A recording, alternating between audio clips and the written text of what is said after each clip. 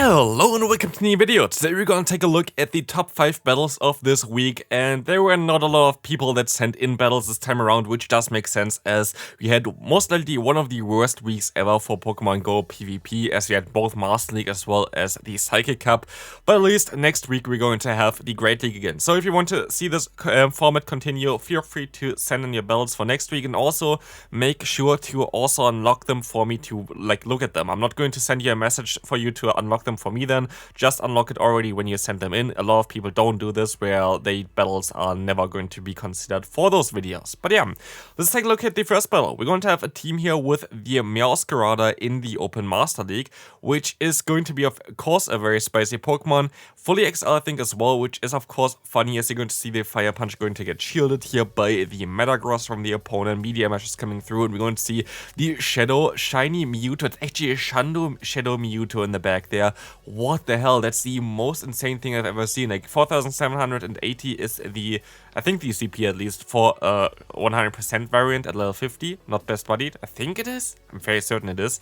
But we're going to see right now the Shadow Ball coming through, going to do a ton of damage, and we see the Metagross gonna go most likely down here by 2 Night Slashes by the opponent. As we're gonna see the shield coming up, Night Slashes coming through, this is going to get the knockout, and we can now move on into the next game. Let's take a look what is going to be happening in the next game. We're going to see a Registeel in the Open Master League, which is something that you rarely really see. But also, I think the other Pokemon are also a little bit underpowered, which maybe shows that you can still play this meta right now if you don't have the perfect Pokemon, but of course not in the higher Elo range. You're going to see a very good swap for you, because Garchomp does not appreciate the Mamoswine at all. And we're going to see a shield that definitely was not necessary, as the opponent had no chance of getting to an Earth Power. So we're going to now get the knockout against the Garchomp, and the Metagross is going to now clean this game most likely for them. Going for the Earthquake, definitely not the play that they're supposed to go for. Media Mesh is what you want to go for with a Metagross against what's called the Mamoswine there. So we're going to see the Zapcan coming through, we're going to get the shield, and we see a Tyranitar, which most likely going to get a one-shotted in the Master League by the Registeel here. It's going to be double super effective. Goodbye there. And the Registeel actually is coming in clutch right now, as we will see the Earthquake getting shielded, and he should be able to reach another charge move. Both Focus Blast and Zapcan do exactly the same amount of damage, so it doesn't really matter what you're going to go for. And this is actually not getting the knockout, just barely missing out on it. 1 HP left, and we see the Earthquake going to take you out, but the Rayquaza was still lurking in the back, allowing you to win this game.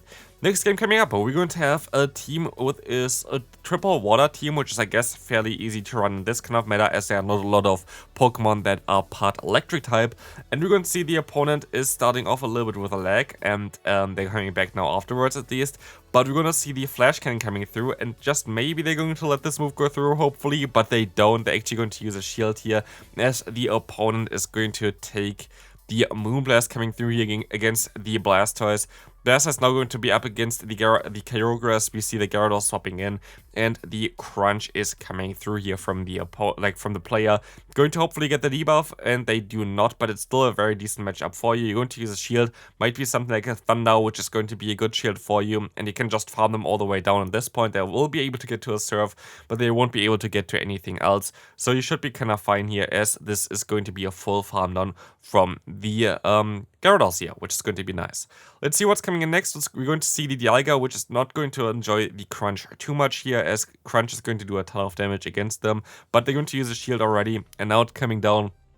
If Greninja can clean up this game, it's a Shandok Greninja as well, which is kind of wild, but we will see here right now. Night Slash is coming through. I'm very certain actually the Blastoise is also fully XL. You might think it's like such a low CP, but I think it's just bulkier than the rest of the Pokemon, so that's just kind of how it is.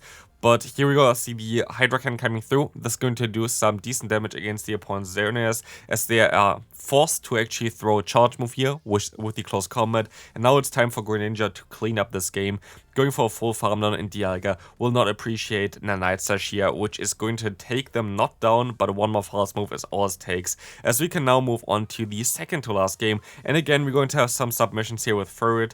I would have not put this battle in here if I had a little bit more to choose from, to be fair, because I always basically have a battle in with Furret. Maybe it's just a meme here right now, but of course there were not really a lot to choose from. So here we're gonna take a look now at Furret in the Open Master League, as Aggron is coming through, going to take on the Mewtwo, which is having Ice Beam, which is even better for you as you're going to be able to resist everything. Meteor Beam is coming through against the opponent's Gyarados, and this is going to take the one-shot here as we now see the Metagross coming in. Have no idea why the opponent went to the Gyarados instead, because like, yeah, Metagross is way better against it. Running Psychic over Meteor Mesh as well is going to be wild, but we will have hopefully now the Dig Ferret taking down some Pokemon in the Master League. Psychic coming through again, and we will see the Dig landing against the opponent. Dig is coming through, going to get a ton of damage against them. We see the Hydreigon going to get the full farm down, and Mewtwo has nothing to do here anymore, and we can now move on to the final battle, which is actually one of mine. Honestly, it is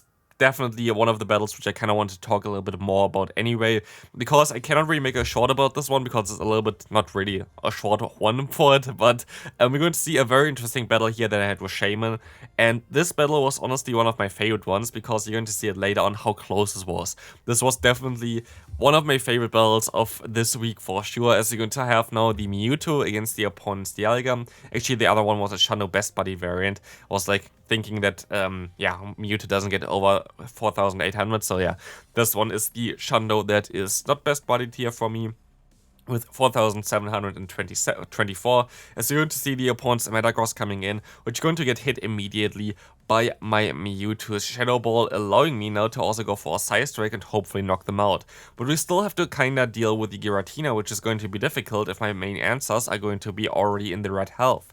So we're going to have to go into our Shaman, and our only play here is to hope that we're going to get a debuff from the Seed Flare. Seed Flare has a 50% chance to debuff the opponent's defense by 2 stages, and we're going to take advantage of this, as this is going to get the shield from the opponent, get the debuff, but this still does not mean that I'm going to be able to win this game, because now I have to go into my Dialga. But look at the damage output of Dialga's Dragon Breath now coming in, which is going to chunk so much thanks to the debuff, but still they're going to be able to knock me out. Now it's down to Mewtwo, farming them down with a few Psycho Cuts to win this game. So let me know in the comment section what battle was your favorite one. Send me in someone for the next week, otherwise I might even cancel this project here if you're not really that interested into that. But yeah, that's going to be it for today's video. See you later for some Great League when Great League comes back, and I see you then. Bye bye.